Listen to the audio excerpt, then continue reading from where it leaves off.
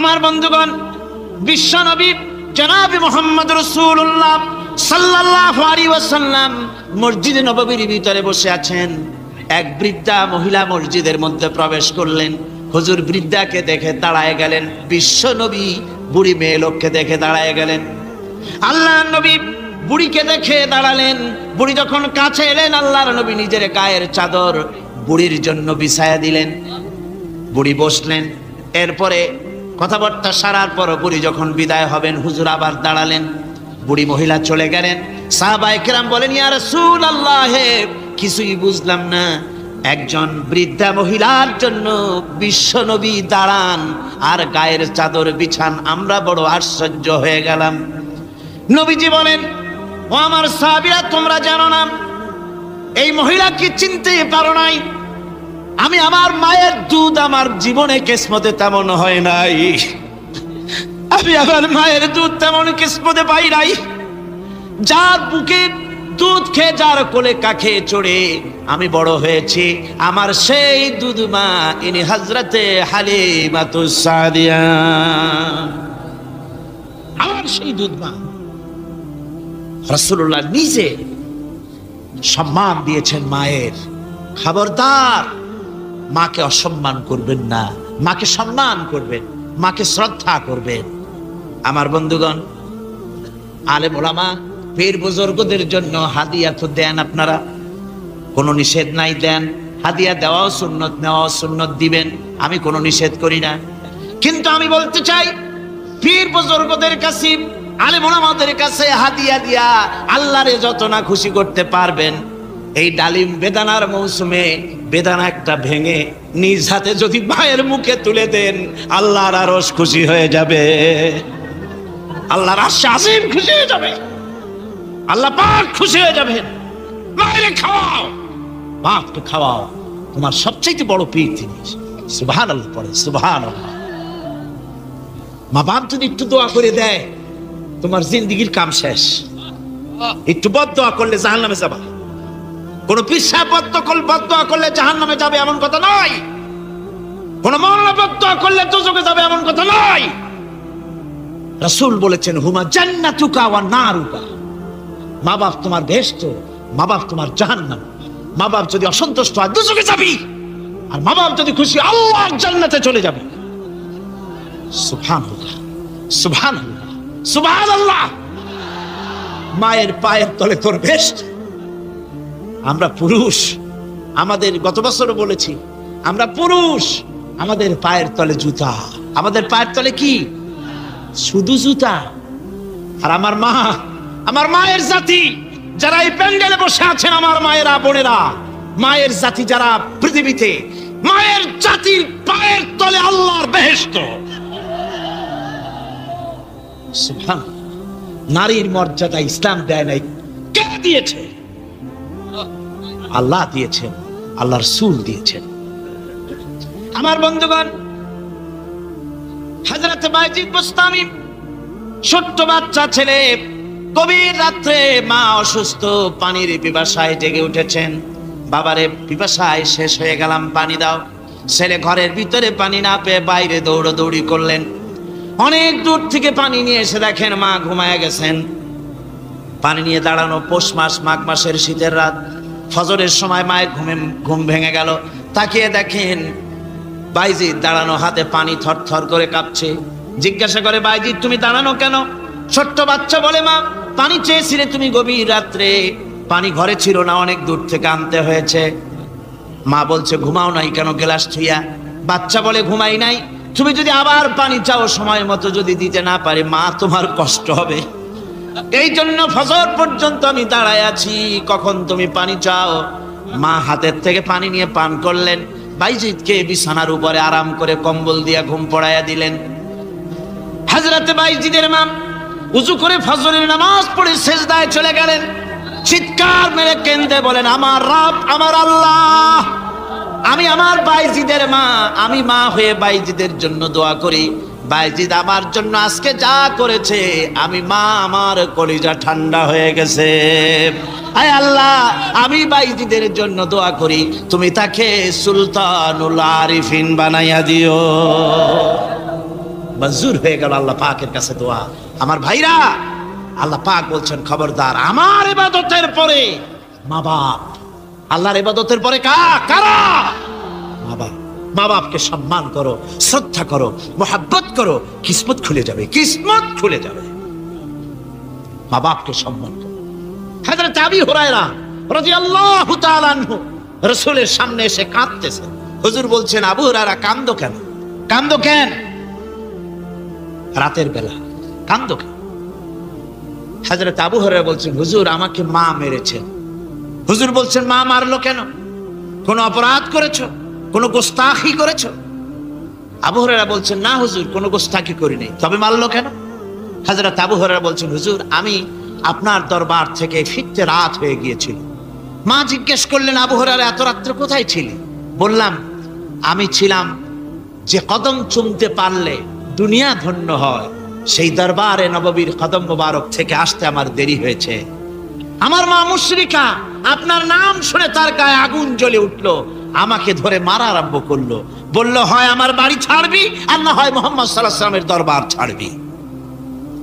আমি বললাম, আমার মা, তুমি বুড়ি মানুষ, তোমার গায়ে যত শক্তি আছে সমস্ত শক্তি দিয়ে আমারে পিটাও, আমারে মারো। মারতে মারতে আমাকে বাড়ি থেকে তুমি বের করে দাও। তোমার বাড়ি শুদ্ধ তামাম দুনিয়া ছেড়ে দিতে পারি, আল্লাহর নবীর কদম মোবারক ছেড়ে দিতে পারি না। তোমার মা তোমাকে মেরেছে, তুমি আমার কাছে নালিশ করছো? আমার তো এখানে ইন্টারফেয়ার করার কিছুই নেই। সুবহানাল্লাহ, সুবহানাল্লাহ। মা তোমাকে মেরেছে, এখানে আমার করার কিচ্ছু নাই। বিশ্ব নবী বলছেন, এত বড় পাওয়ারফুল নবী, লেজিসলেটিভ পাওয়ার, সারে আল্লাহ তাকে বানিয়েছেন শরীয়ত প্রণেতা। কোরআন শরীফ, কোরআন শরীফই শুধু হালাল ও হারামের, হালাল এবং হারামের, বৈধ এবং অবৈধের সীমা রাখা শুধু কোরআনই ঠিক করে। রাসূলের জন্য আল্লাহ ছেড়ে দিয়েছেন। আল্লাহ রাসূলও হারাম, হালাল এবং হারামের বৈধতা অবৈধতার সীমারেখা নির্ধারণ করেছেন। এত বড় ক্ষমতা তার, এত বড় পাওয়ারফুল বিশ্বনবী। তিনি বলছেন, মা মেরেছে, আমার করার কিছু নাই। চিন্তা করেন কত বড় কথা, এ কথার লোড কত। হযরত আবু হুরায়রা বলেন, ইয়া রাসূলুল্লাহ, মা মাকে মেরেছেন, আমি আল্লাহর নবীর কাছে মায়ের বিরুদ্ধে নালিশ করতে আসি নাই। বললেন, কেন এসেছো? হযরত আবু হুরায়রা বলেন, হুজুর এসেছি একটা কারণে।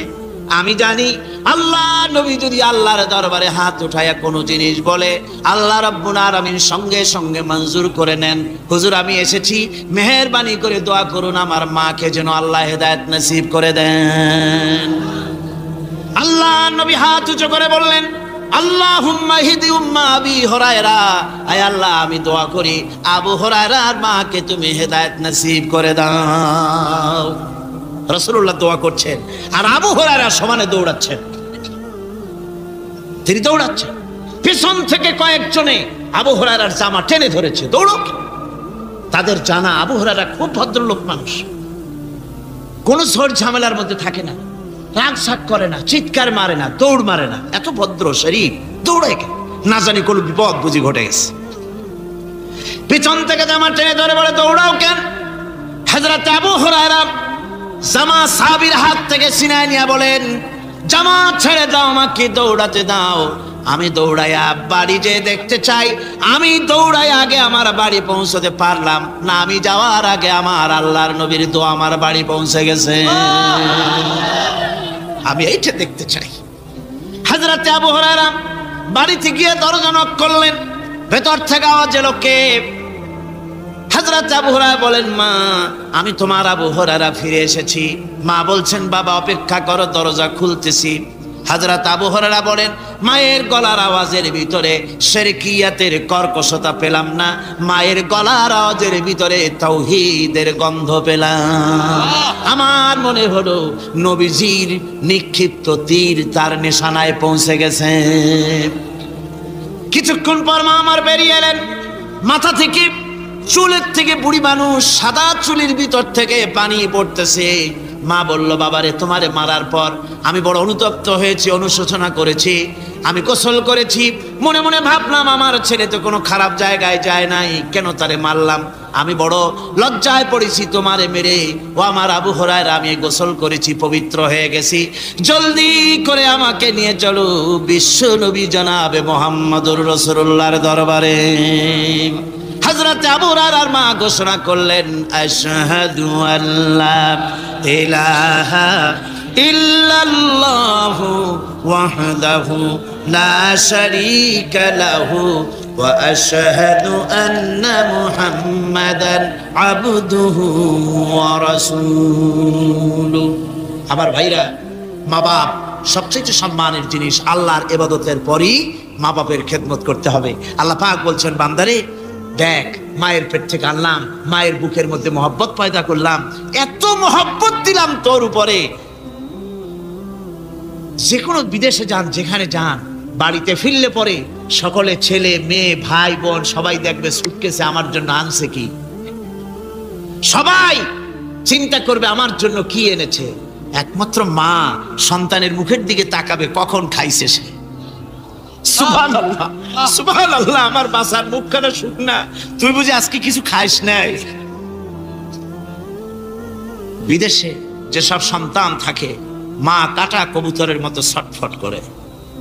আমার ছোটবেলার কথা আমি দেখেছি, সরসিরা মাদ্রাসা পড়তাম, আব্বা টাকা দিতেন মাদ্রাসায় যাওয়ার সময়, আবার মা আবার মুরগির ডিম বিক্রি করা, বিভিন্ন জিনিস বিক্রি করা বা বাজার করা পয়সা, উদ্বৃত্ত কিছু পয়সা আব্বার অজান্তে আমার হাতের মুঠার মধ্যে দিয়ে দিতেন। যখন মাদ্রাসার দিকে রওনা হয়েছি, পর্দার আড়াল থেকে, দরজা থেকে দেখতাম, যতক্ষণ তাকায় দেখতেছি চোখ থেকে পানি দরদর করে পড়তেছে। সুবহানাল্লাহ, মা কি জিনিস! আল্লাহ আল্লাহ আল্লাহ।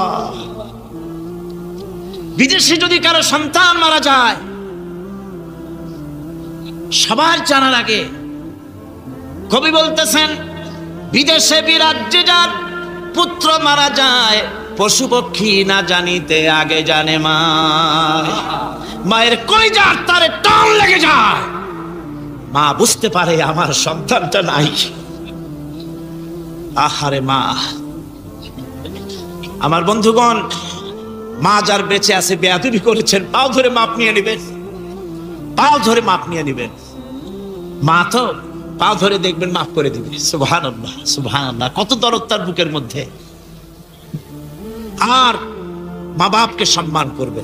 যাক, এই বিষয়ের উপরে আমি আর যেতে চাই না, শুধু আমি আপনাদের বললাম, এই বিশাল জনতাকে বললাম, সবচাইতে বড় পীর আপনার জন্য আপনার মা বাপ। সবচাইতে বড় পীর কে? মা বাপ। সন্তুষ্ট করেন, রুজিতে অভাব ঘটবে না, কোন মাজারে গিয়ে সেজদা দেওয়া লাগবে না, আল্লাহর কসম, মাজারে যাই চাওয়া লাগবে না। মা বাপকে খেদমত করেন, মা বাপকে খুশি করেন, মা বাপকে খাওয়ান, হাদিয়া দেন, মা বাপ খুশি, রুজিতে বরকত হবে, ব্যবসায় বরকত হবে, ঋণগ্রস্ত থাকবেন না, সম্মান আল্লাহ বাড়ায় দিবেন। সুবহানাল্লাহ, বিহামদি, রাসূলুল্লাহর হাদিস। খামোখাই মাজারে গিয়ে মরেন আপনারা। কোথায় মাজার, ওরস, নরস শরীফ, গ্যারাবি শরীফ, কত কিছু শরীফ, এসব শরীফ বাদ দেন। আল্লাহ, রাসূল, মা বাপ, ওলিউল্লাহ যারা, তাদের দোয়া মঞ্জুর হয়, তাদের দোয়া মঞ্জুর হয়। আল্লাহ পাক ওলিউল্লাহদের মধ্যে বহুত রেখেছেন, দোয়া আল্লাহর দরবারে কবুল হয়ে যায়। কিন্তু মা বাপের বেলায় কোনো সন্দেহ নেই, ওলিউল্লাহর দোয়া আপনার জন্য কবুল হইতেও পারে, নাও হইতে পারে, কিন্তু মা বাপের দোয়া কবুল হবেই। কোন সুবহানাল্লাহ বিহামদিহি। আমি কিন্তু কোন ওলিউল্লাহকে অশ্রদ্ধা করছি না, তাই করছি নাকি? না, ওলিউল্লাহদের মর্যাদা অনেক অনেক, কিন্তু আমরা ভুল করি। যেখানে গেলে 16 আনা পাবো, সেখানে না গিয়ে 4 আনা পাওয়ার সম্ভাবনা আছে, ওইখানে যাই, এইটা করি ভুল। এই জন্য আমি অনুরোধ করব, মা বাপকে সম্মান করবেন। আল্লাহ পাক বলছেন, খালাকাল ইনসানা আল্লামাহুল বায়ান। আমি মানুষকে সৃষ্টি করেছি। কেমনে সৃষ্টি করলাম তা তো এতক্ষণ বললাম। এইভাবে করে মানুষ সৃষ্টি করেছি। দেখো, তোমার নিজের দিকে তাকাও। ফালইয়ানজুরিল ইনসানু মিম্মা খুলিক। কিভাবে মানুষ তোমাকে সৃষ্টি করা হলো, একবার তাকায় দেখো, তোমার শরীরের দিকে একটু তাকায় দেখো তো কেমনে আমি বানাইলাম, কিভাবে তৈরি করলাম, লক্ষ্য করো। এই যে মাথা, এই মাথাটার ভিতরে আছে কি? মগজ, ব্রেন। বিজ্ঞানীরা বলেছেন এতে 1000 মিলিয়ন নার্ভ সেলস আছে এর মধ্যে। 1000 মিলিয়ন নার্ভ সেল। সেল হচ্ছে CELL, সেল। সেল মানে কোষ। এই 1000 অনুভূতি কোষ, 1000 মিলিয়ন অনুভূতি কোষ রয়েছে মাথার ভেতরে। মস্তিষ্কের এসব কোষগুলি, এসব সেলগুলি, তার মধ্যে আবার আছে নার্ভ ফাইবার, অর্থাৎ সূক্ষ্ম নার্ভ সুতা সমগ্র শরীরের মধ্যে তা ছড়িয়ে দেওয়া আছে। এই সূক্ষ্ম সুতার মাধ্যমে ঘন্টায় 70 মাইল বেগে শরীরের প্রত্যেকটা অঙ্গ প্রত্যঙ্গের খবর মস্তিষ্কের মধ্যে চলে যায়। সুবহানাল্লাহ। আপনার পায়ে যদি কাটা ফোটে, শরীরে যদি ব্যথা লাগে, ঘন্টায় 70 মাইল বেগে সূক্ষ্ম যে তারগুলি আল্লাহ দিয়েছেন, ওই তারের মাধ্যমে আপনার মাথায় চলে যায়। মস্তিষ্কে গেলে পরে তড়িৎ গতিতে সিদ্ধান্ত হয় কাটা তুলতে হবে, অথবা একটা সাপ দেখেছেন, সাপ প্রথম চোখ দিয়ে দেখলেন, চোখ, এই চোখের ভিতরে আপনার 130 মিলিয়ন লাইট রিসেপ্টর আছে, অর্থাৎ বিভিন্ন দৃশ্যকে, ছবিকে ক্যাচ করার মতো 130 মিলিয়ন লাইট রিসেপ্টর গ্রহণযোগ্য মেশিন রয়েছে চোখের ভিতরে। চোখ দিয়ে সাপ দেখলেন, চোখের ভিতরে রয়েছে আবার অসংখ্য তার।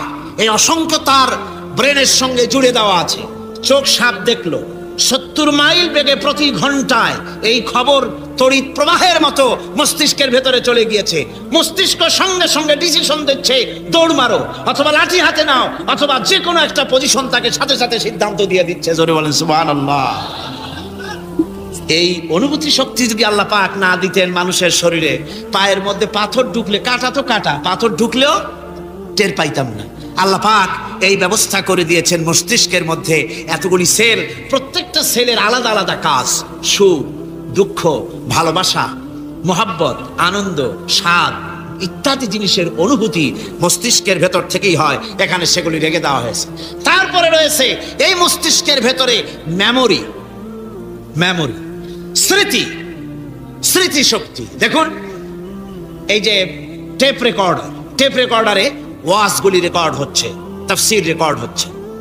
কিছুদিন পর ওই রেকর্ডের উপরে আর একটা কথা যদি উঠান, তাহলে প্রথম কথা থাকবে? প্রথম গান বা ওয়াজ থাকবে? নষ্ট হয়ে যাবে। কিন্তু আল্লাহ রাব্বুল আলামিন আপনার আমার মাথার ভিতরে এমন এক ফিতা দিয়ে দিয়েছেন, এমন একটা মেমোরি ফিতা দিয়েছেন, যেই ফিতার ভিতরে হাজার হাজার, লক্ষ লক্ষ, কোটি কোটি সমস্ত কথাগুলি ধরবে, আপনি মুখস্থ করতে পারবেন। আগে যা মুখস্থ করেছেন, পরে মুখস্থ করলে পরে আগেরটা মুছে যাবে না। সুবহানাল্লাহ বিহামদিহি। কি সুন্দর করে মস্তিষ্কের ভেতরে এই মেমোরি শক্তিকে আল্লাহ পাক তৈরি করে দিয়েছেন। চিন্তা করলে মাথা নত হয়ে যাবে আল্লাহর দরবারে। আল্লাহ পাক বলছেন, এই জিনিস আমি তোমার মাথার মধ্যে রেখেছি। দেখুন, মানুষ কত কথা বলে, কত বই পড়ে।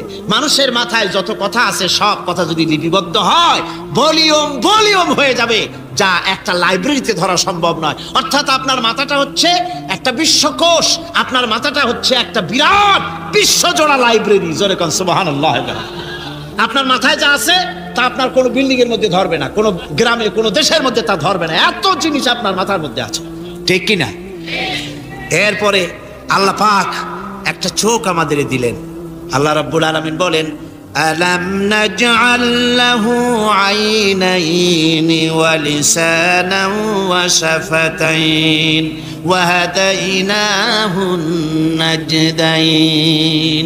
আমি কি তোমাদেরকে দুটি চক্ষু আর জিহ্বা, আর তোমাদেরকে আমি কি তোমাদের দুটি চক্ষু, দুটি ঠোঁট আর জিহ্বা কি আমি তোমাদের দেই নাই, যা দিয়া তোমরা দেখতে পাও, যা দিয়া তোমরা অনুভূতি, মাথার ভিতরে অনুভূতি জাগে। এই যে দুটো চোখ দিলাম, সুবহানাল্লাহ, সুবহানাল্লাহ বলেন। দুটি চোখ আছে বলে এই সুন্দর পৃথিবী দেখতে পাই। চোখ দুটি না থাকলে পৃথিবী অন্ধকার।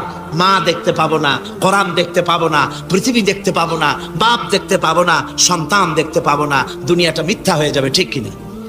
ছোট্ট চোখ, 1 থেকে 1.5 ইঞ্চির ভিতরে এত সুন্দর দুটি ক্যামেরা, যে ক্যামেরা দিয়া দুনিয়ার সব কিছুকে ক্যাচ করা যায়, সব ক্যাচ করা যায়। বলুন তো, এমন একটা বাক্স আপনারা কেউ বানায় দিতে পারবে যে বাক্সের ভিতরে হাতি, ঘোড়া, বাঘ, ভল্লুক, ময়না, টিয়া, পাহাড়, পর্বত, নদ, নদী, কীট, পতঙ্গ, তরু, লতা, গাছপালা গোষ্ঠী শুদ্ধ ধরবে, আরো খানিকটা জায়গা বাকি থাকবে, এরকম একটা বাক্স কেউ বানায় দিতে পারবে? পারবে না। এমন একটা বাক্স পৃথিবীর কোন মিস্ত্রি বানাতে পারবে না। কিন্তু আল্লাহ রাব্বুল আলামিন আপনার আমার কপালের নিচে 1 থেকে 1.5 ইঞ্চির ভিতরে এমন 2টা ফিল্ম বক্স তৈরি করে দিয়েছেন, যা দিয়ে তাকাবেন আপনি কোটি কোটি মানুষ দেখবেন, পাহাড় দেখবেন, সমুদ্র দেখবেন, সূর্য দেখবেন, চন্দ্র দেখবেন। এত কিছু দেখার পরেও চোখের ভিতরে আরো খানিকটা জায়গা ফাঁকা থেকে যায়। কি বিরাট নিয়ামত এই চোখ আল্লাহ পাক আমাদেরকে দান করেছেন। এই চোখকে হেফাজতের জন্য আবার চোখের উপরে সানসেট তুলে দেওয়া আছে। সানসেট ভুরু, আল্লাহ ভুরু লাগায় দিয়েছে, নিচে একটু হাড় জায়গায় দিয়েছে, উপরে সানসেট, ভেতরে চোখ, যাতে করে বল এসে লাগলে পরে চোখটা গলে না যায়, আছাড় খেলে পরে চোখটা গলে না যায়, চোখটাকে সেফ সাইডে রেখে দিয়েছেন আল্লাহ পাক সুবহানাহু ওয়া তাআলা। আল্লাহ পাকের কাছে শুকরিয়া তো আদায় করলাম না, আদায় করে আসুন পড়ি আমরা সবাই আলহামদুলিল্লাহি রাব্বিল আলামিন। আল্লাহ পাক বলেন আলাম নাজআল লাহু আইনাইনি ওয়া লিসানাও ওয়া শাফাতাইন। জিহ্বা দিলাম আমি তোমাকে, এই জিহ্বার ভিতরে 3000 আস্বাদন স্তর আছে। বিজ্ঞানীরা বলেছেন একটা জিহ্বার মধ্যে 3000 আস্বাদন স্তর আছে। প্রত্যেকটা স্তরের সাথে মস্তিষ্কের সাথে তার লাগানো আছে। জিহ্বায় সব জিনিসের টেস্ট নেবেন আর তার অনুভূতি, তার স্বাদটা ওখানে টের পাবে মস্তিষ্কের ভেতরে। এই জিহ্বা আল্লাহ পাক দান করে দিলেন মুখের মধ্যে। সুবহানাল্লাহি বিহামদিহি। সব রকমের স্বাদ পান না একরকম? জিলাপির স্বাদ একরকম, রসগোল্লার স্বাদ আর এক রকম, ছানার স্বাদ আর এক রকম, বেলের স্বাদ একরকম, তালের স্বাদ আর এক রকম, মুরগির স্বাদ একরকম, খাসির স্বাদ আর এক রকম, লট্টা ফিশের স্বাদ একরকম, শুটকির স্বাদ আর এক রকম, কোরাল মাছের স্বাদ আর এক রকম, শাকের স্বাদ আর এক রকম। হাজার হাজার খাদ্য দ্রব্যের স্বাদ এক জিহ্বা দিয়ে আল্লাহ রাব্বুল আলামিন নেওয়ার তৌফিক দিলেন।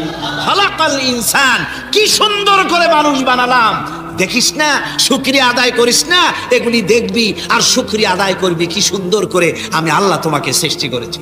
শুধু তাই নয়, আল্লাহ পাক বলেন ইয়া আইয়ুহাল ইনসানু মা গাররাকা বিরাব্বিকাল কারীম।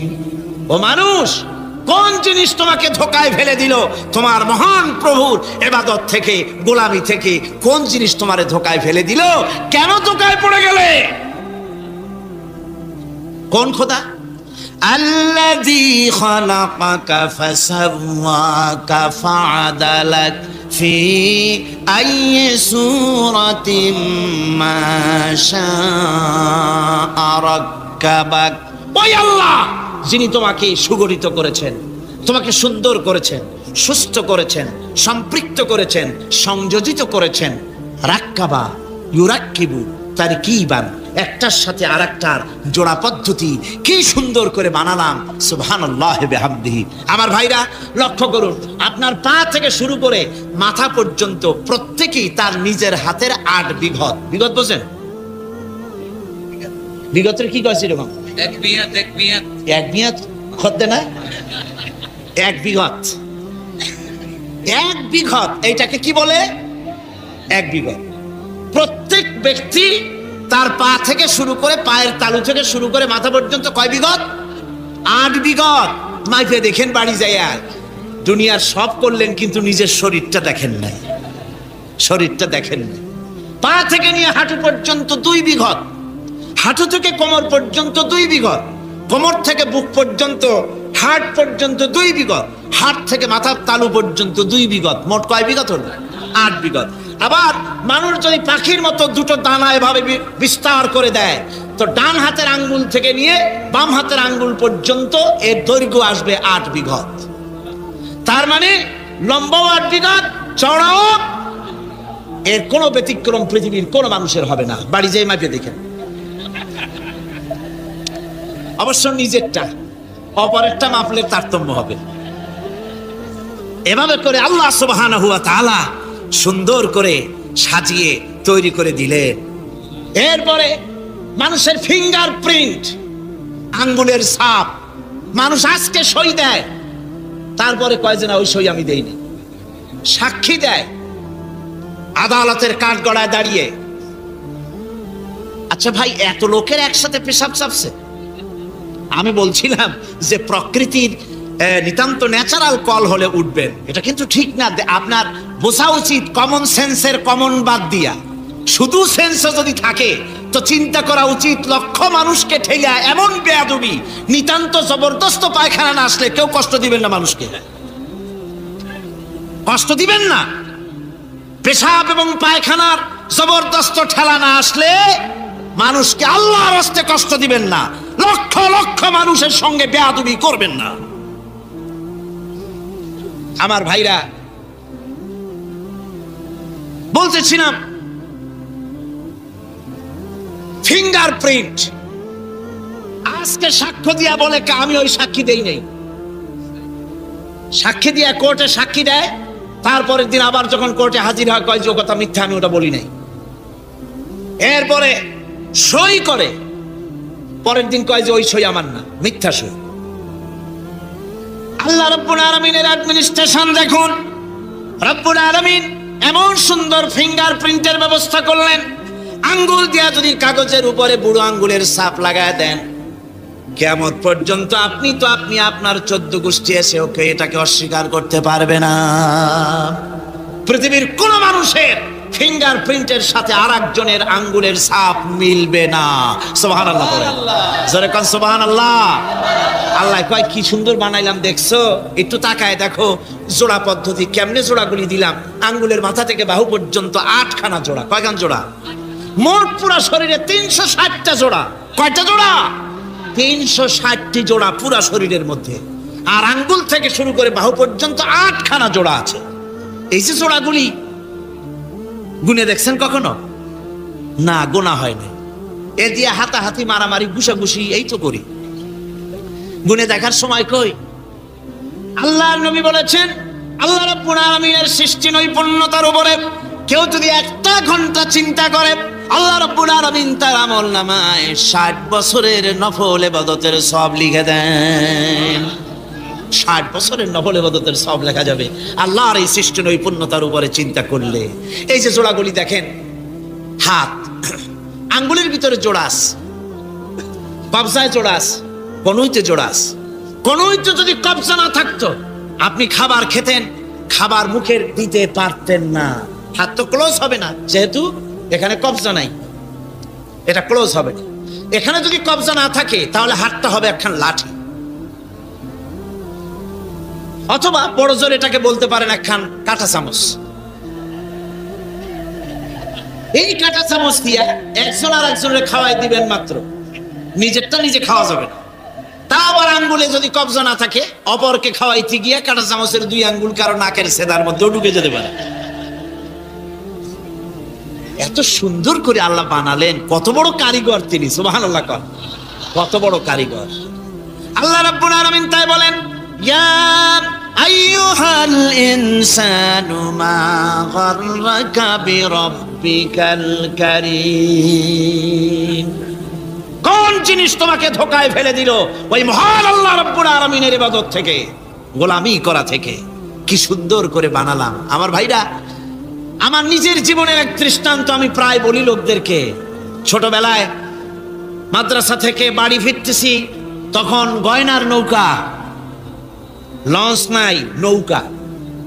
সেই নৌকা বিরাট লম্বা নৌকা, 4-5 জনে দাঁড় পায়, বড় বড় লম্বা লম্বা দাঁড়, সিপ নৌকা, খুব লম্বা নৌকা।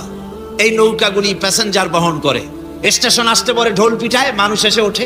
রাতের বেলায় চলতে হয়, রাতেই এগুলো চলতো বেশি, আজকাল এগুলি আর নাই। সেই নৌকার মাঝখানে থাকতো বাঁশ পোতা, দুই দিকে মানুষ শোবে, নৌকার দুই দিকে মাথা দিয়ে একদিকে পা দিয়ে শোবে। ছাত্র জীবন শুয়ে আছি ওরকম করে, কিন্তু পা লম্বা করা যায় না, পা লম্বা করলে আর একজনের বুকের উপরে গিয়ে ওঠে। এভাবে করে পা কতক্ষণ গোটো করে রাখা যায়? কিছুক্ষণ পর মনের মধ্যে চিন্তা জাগলো যে আল্লাহ, হাঁটুতে তো ব্যথা করতেছে, এই হাঁটুগুলি যদি নাট বল্টুর মতো মোড়ায় মোড়ায় খোলার সিস্টেম করে দিতে, তাহলে তো এখন কষ্ট হতো না। ঠ্যাঙ্গারে মোড়াইয়া খুলিয়া তারপরে ব্যাগের মধ্যে ভরিয়া বালিশের কাজও হতো, ঠ্যাংও ব্যথা করতো না। ছাত্র হলে যত চিন্তা মাথার মধ্যে আসে, এইসব চিন্তা, কেনুর মধ্যে একটা মুড়ি প্যাঁচ হইলে ভালো হইতো, এইসব চিন্তা করতেছি। চিন্তা করে করে এক ফাঁকে ঘুম এসে গেল। সকালবেলায় নৌকা যখন ভিড়েছে স্টেশনে, ঘুম ভেঙে গেল যাত্রীদের চিৎকারে। একজন বলছে আমার মানি ব্যাগ চুরি হয়েছে, আর একজন বললো আমার হ্যান্ড ব্যাগ গেছে, আর একজন বলছে আমার ব্রিফকেস গেছে, চোরে নিয়ে গেছে। ওরা তো যার যার হারানো জিনিস নিয়ে ব্যস্ত। আমি তখন তওবা করতেছি যে আল্লাহ, আমার বুদ্ধিমতো যে বুদ্ধি রাত্রে করলাম, এই বুদ্ধিমতো যদি মানুষের হাতে এবং কেনুতে থাকতো নাট বল্টুর মতো করে মুড়ি পেঁয়াজ দেওয়া, আর ওইগুলি যদি থাকতো ব্রিফকেসের মধ্যে, হ্যান্ড ব্যাগের মধ্যে, তাহলে তো সকালবেলায় শুনতাম কেউ বলতো যে আল্লাহ আমার তো ঠ্যাং চুরি হয়ে গেছে, কেউ বলতো আমার তো হাত চুরি হয়ে গেছে।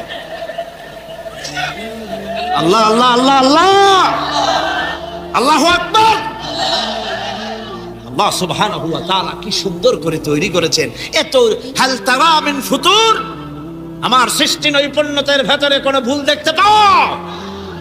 কোনো ভুল পাবে না। আমার সৃষ্টি নৈপুণ্যতার ভেতরে কোনো ভুল নাই। সুবহানাল্লাহি বিহামদিহি, সুবহানাল্লাহি বিহামদিহি।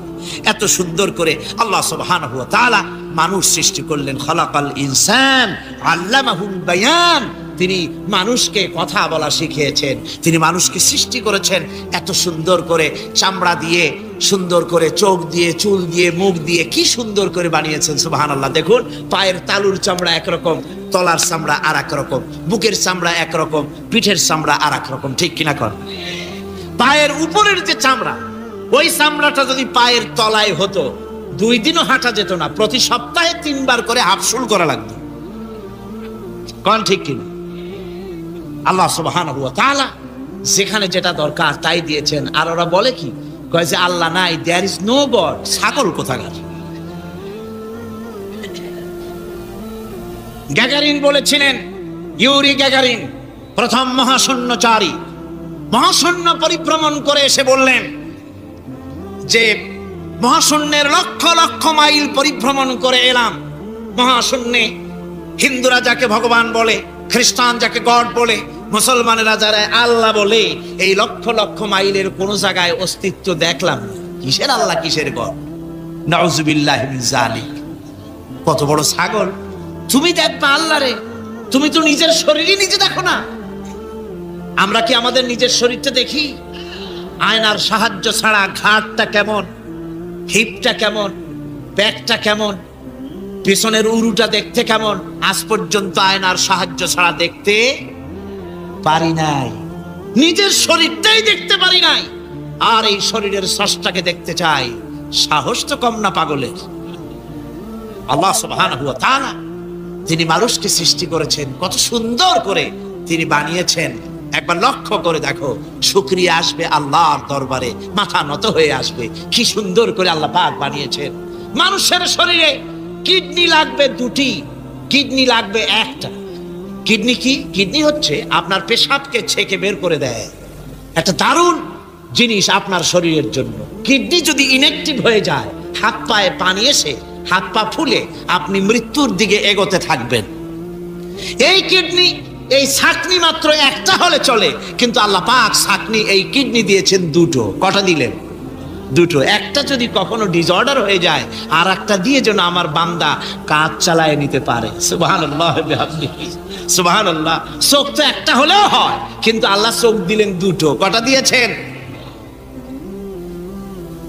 2টো চোখ দিয়েছেন, 2টো কান দিয়েছেন। আমি অবাক হয়ে গিয়েছি যখন আমার ছেলের চিকিৎসা চলতেছিল সিঙ্গাপুর মাউন্ট এলিজাবেথ হসপিটালে। 7টা অপারেশন হয়েছে।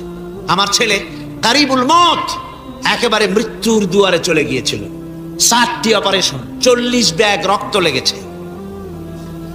2.5 ফিট তার ইন্টেস্টাইন কেটে ফেলেছে, 2.5 ফিট খাদ্যনালী কেটে ফেলে দিয়েছে। আমি ডাক্তারকে জিজ্ঞেস করলাম, সার্জনকে, 2.5 ফিট তার খাদ্যনালী তুমি কেটে ফেললে, তা আমার এই ছেলে খেয়ে হজম করবে কি করে? তার খাওয়াটায় প্রবলেম হবে না? ডাক্তার আমাকে যা বলল, শোনা মাত্র আমার চোখে পানি এসে গেল। ডাক্তার বলল, তুমি জানো না, আমি তো মাত্র 2.5 ফিট কেটেছি। তোমার স্রষ্টা, এই পৃথিবীর স্রষ্টা মানুষ যিনি সৃষ্টি করেছেন, প্রত্যেক মানুষের পেটের ভিতরে এই খাদ্যনালীকে রব্বুল আলামিন 22 ফিট লম্বা করেছেন। 22 ফিট লম্বা আছে এটা। আমি তো মাত্র 2.5 ফিট কেটেছি। কোন প্রয়োজনে যদি কাটতে কাটতে আরো কাটা হয়, 10 ফিটও কাটা হয়, কষ্ট হবে না। সুবহানাল্লাহ। তার শ্বাস নেওয়ার জন্য, প্রশ্বাস নেওয়ার জন্য কি ব্যবস্থা আল্লাহ পাক করেছেন। হার্ট, মানুষের হার্ট বিট হচ্ছে, এটাকে হার্ট বিট যেটা হয়, সংকোচন সম্প্রসারণ। এই যে মানুষ, ডাক্তাররা বলে রোগী হার্ট অ্যাটাক করেছে, হার্ট অ্যাটাক করেছে। হার্ট অ্যাটাক করলো, অ্যাটাকটা কি? অ্যাটাকটা হচ্ছে সংকোচন সম্প্রসারণ, সংকোচন সম্প্রসারণ, এরকম হচ্ছে। ফট করে এটা অ্যাটাক করলো, আর যদি ছেড়ে না দেয়, এটাই অ্যাটাক করা, এটাই তার জীবনটা শেষ হয়ে যাওয়া। ডাক্তাররা বলেছেন যে মানুষের শরীরের সবকিছু চিন্তা করে, গবেষণা করে বহুত কিছু বুঝেছি, কিন্তু হার্টটা এরকম পাঞ্চিং কেন করে, এই জিনিস আজও পর্যন্ত আমাদের মাথায় ঢোকে নাই। সুবহানাল্লাহ। আল্লাহ পাক কি সুন্দর করে এই পাঞ্চিং এর মাধ্যমে, হার্ট যেভাবে করতেছে, এই পাঞ্চিং এর মাধ্যমে সমস্ত শরীরের রক্তগুলি পা থেকে শুরু করে মাথা পর্যন্ত সব ছড়িয়ে দেওয়া হচ্ছে, এভাবে ছড়িয়ে দেওয়া হচ্ছে, যাতে করে মানুষ জীবিত থাকে, শরীরের রক্ত গরম থাকে, হিম শীতল হয়ে মানুষ যেন মারা না যায়। এই জন্য আল্লাহ সুবহানাহু ওয়া তাআলা এত সুন্দর ব্যবস্থা করেছেন। এক সময় আঘাত পেয়ে অনেকগুলি রক্ত যদি পড়ে যায়, মানুষ রক্ত শূন্যতায় মরবে না, আবার খানিকটা রক্ত রিজার্ভও থাকে, আল্লাহ পাক রিজার্ভ করে রাখেন। স্পঞ্জের ভিতরে পানি থাকলে উপর থেকে টের পাওয়া যায়, ওরকম খানিকটা রক্ত আল্লাহ শরীরের ভিতরে রিজার্ভ করে গেছেন। এই জন্য বড় বড় ডাক্তাররা, বড় বড় ডাক্তার, বড় বড় বিজ্ঞানী কখনোই নাস্তিক হয় না।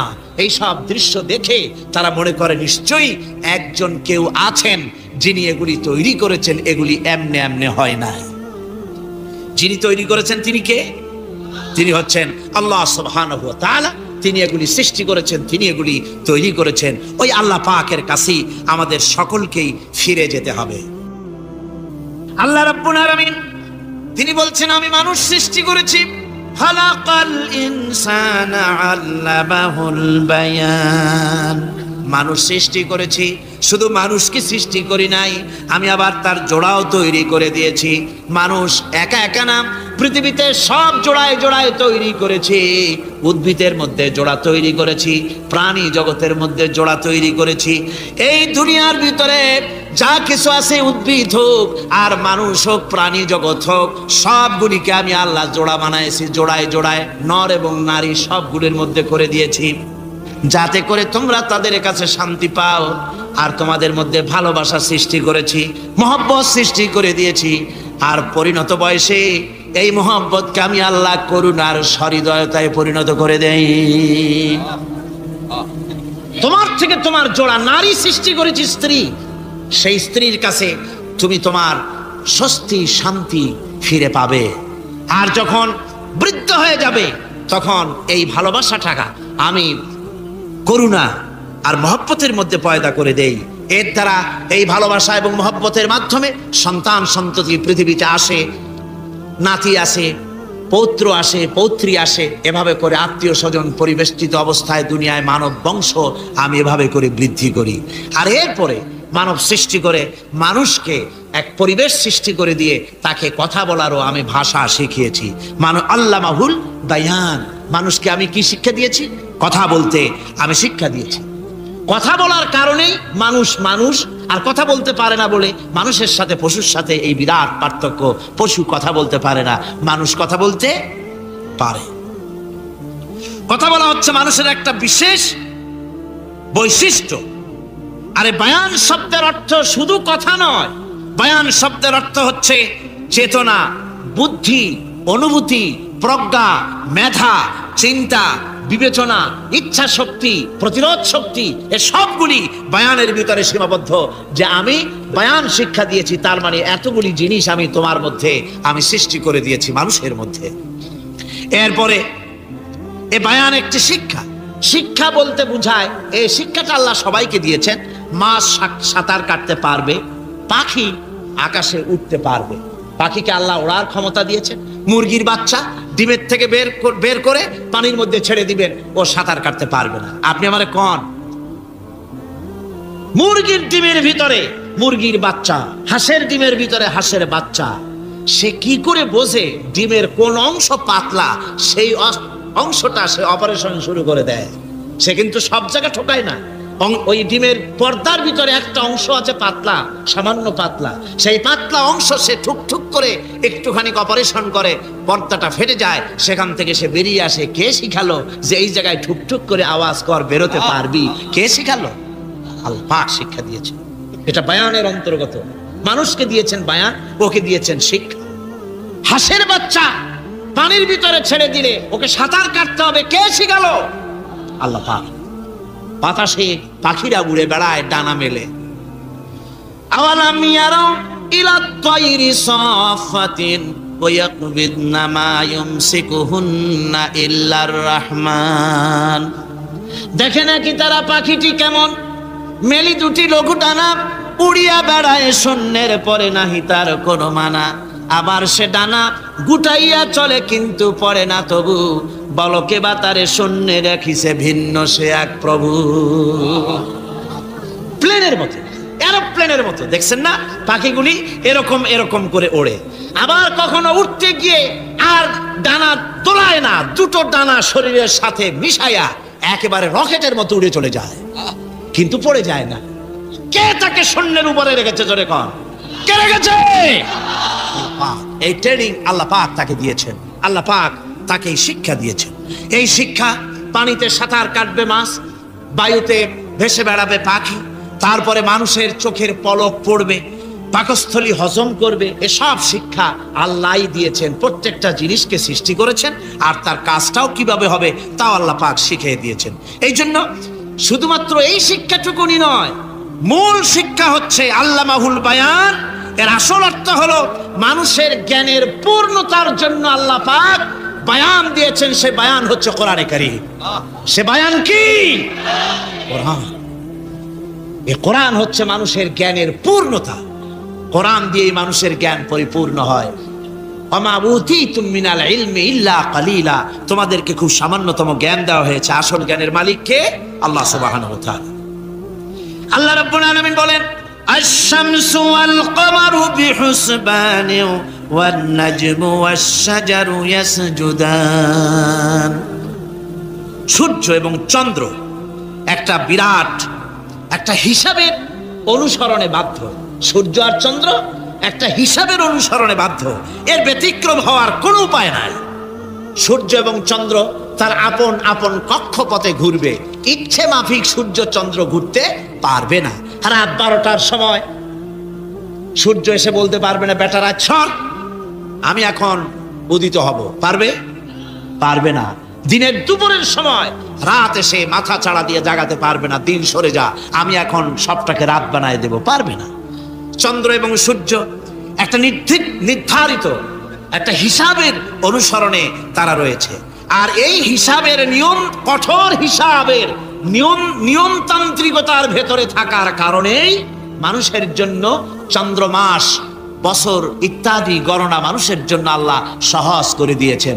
আল্লাহ পাকের নবীর কাছে জিজ্ঞাসা করা হচ্ছে, ওয়ায়াসআলুনাকা আনিল আহিল্লা। ও নবী, আপনাকে প্রশ্ন করা হয় চাঁদ সম্পর্কে।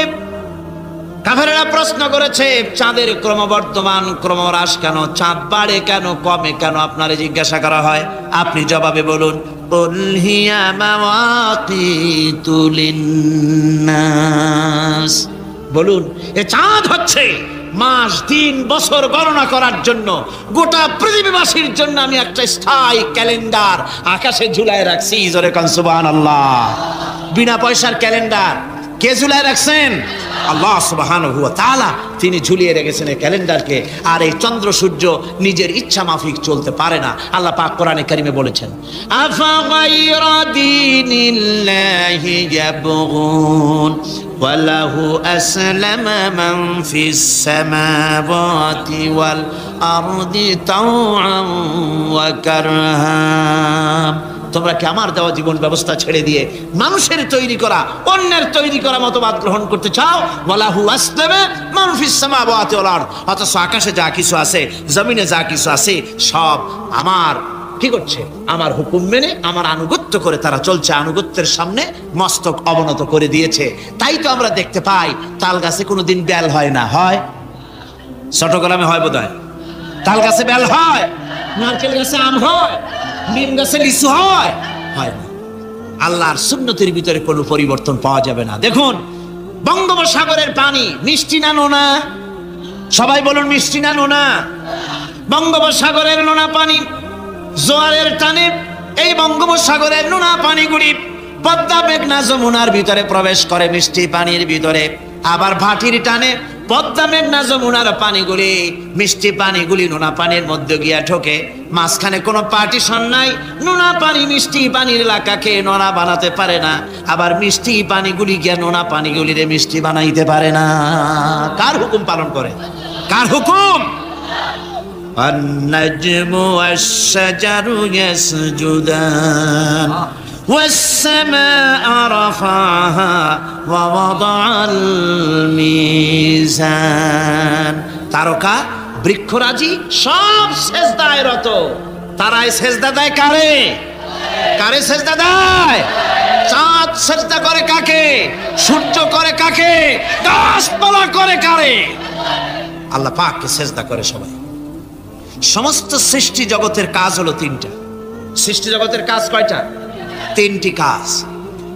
একটা কাজ হচ্ছে সৃষ্টি জগৎ মহান আল্লাহর উদ্দেশ্যে সিজদা করবে, তার হামদ করবে, তার তাসবিহ করবে। তিনটা কাজ, সিজদা করবে, হামদ করবে, তাসবিহ করবে। এই তিনটা কাজ হচ্ছে সৃষ্টি জগতের।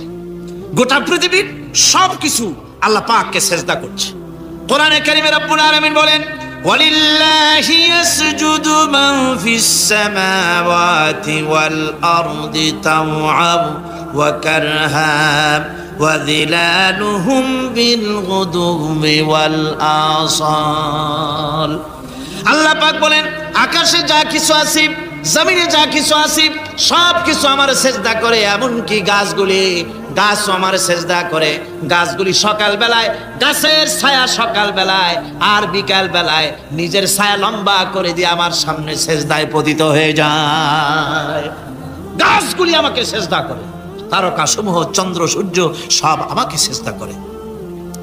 ওয়ালিল্লাহি ইয়াসজুদু মা ফিস সামাওয়াতি ওয়া মা ফিল আরদ মিন দাব্বাতিন ওয়াল মালাইকাতু ওয়া হুম লা ইস্তাকবিরুন। আকাশ এবং জমিনে যা কিছু আছে আমার সিজদা করে। আমার সিজদা থেকে কেউ অহংকার করে না, অহমিকতা করে না। আমার সিজদা থেকে কেউ ফিরে যায় না, সবাই আমাকে সিজদা করে। সুতরাং ও মানুষ, আমার দরবারে সিজদায় মাথা নত করে দাও। সবগুলি আমার সামনে সিজদা করতেছে।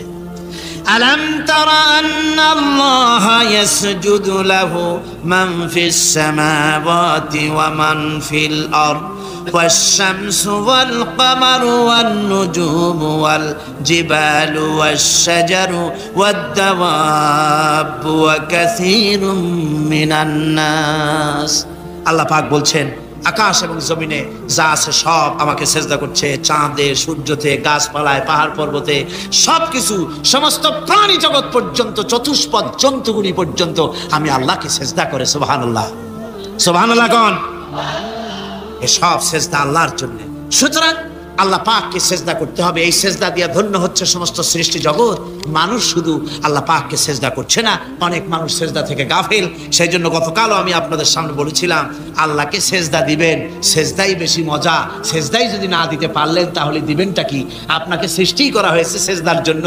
মানুষ যেমন সেজদা দিতে পারে নাক দিয়া, কপাল দিয়া, হাত দিয়া, পা দিয়া, হাঁটু দিয়া, মানুষ যেমন সেজদা দিতে পারে মানে শরীর অঙ্গ প্রত্যঙ্গ দিয়ে। এইভাবে কিন্তু পৃথিবীর অন্য কোনো প্রাণী সেজদা দিতে পারে না। দেখুন আপনার বাড়ির একটা বিড়াল অথবা ছাগল অথবা গরু, ওরে নাক আর কপাল দিয়ে মানুষের যেমন সেজদা দেয়, ওই রকম সেজদা দেওয়াতে চেষ্টা করে, চারটা ঠ্যাং নিয়ে উল্টে পড়ে যাবে, সেজদা দিতে পারবে না।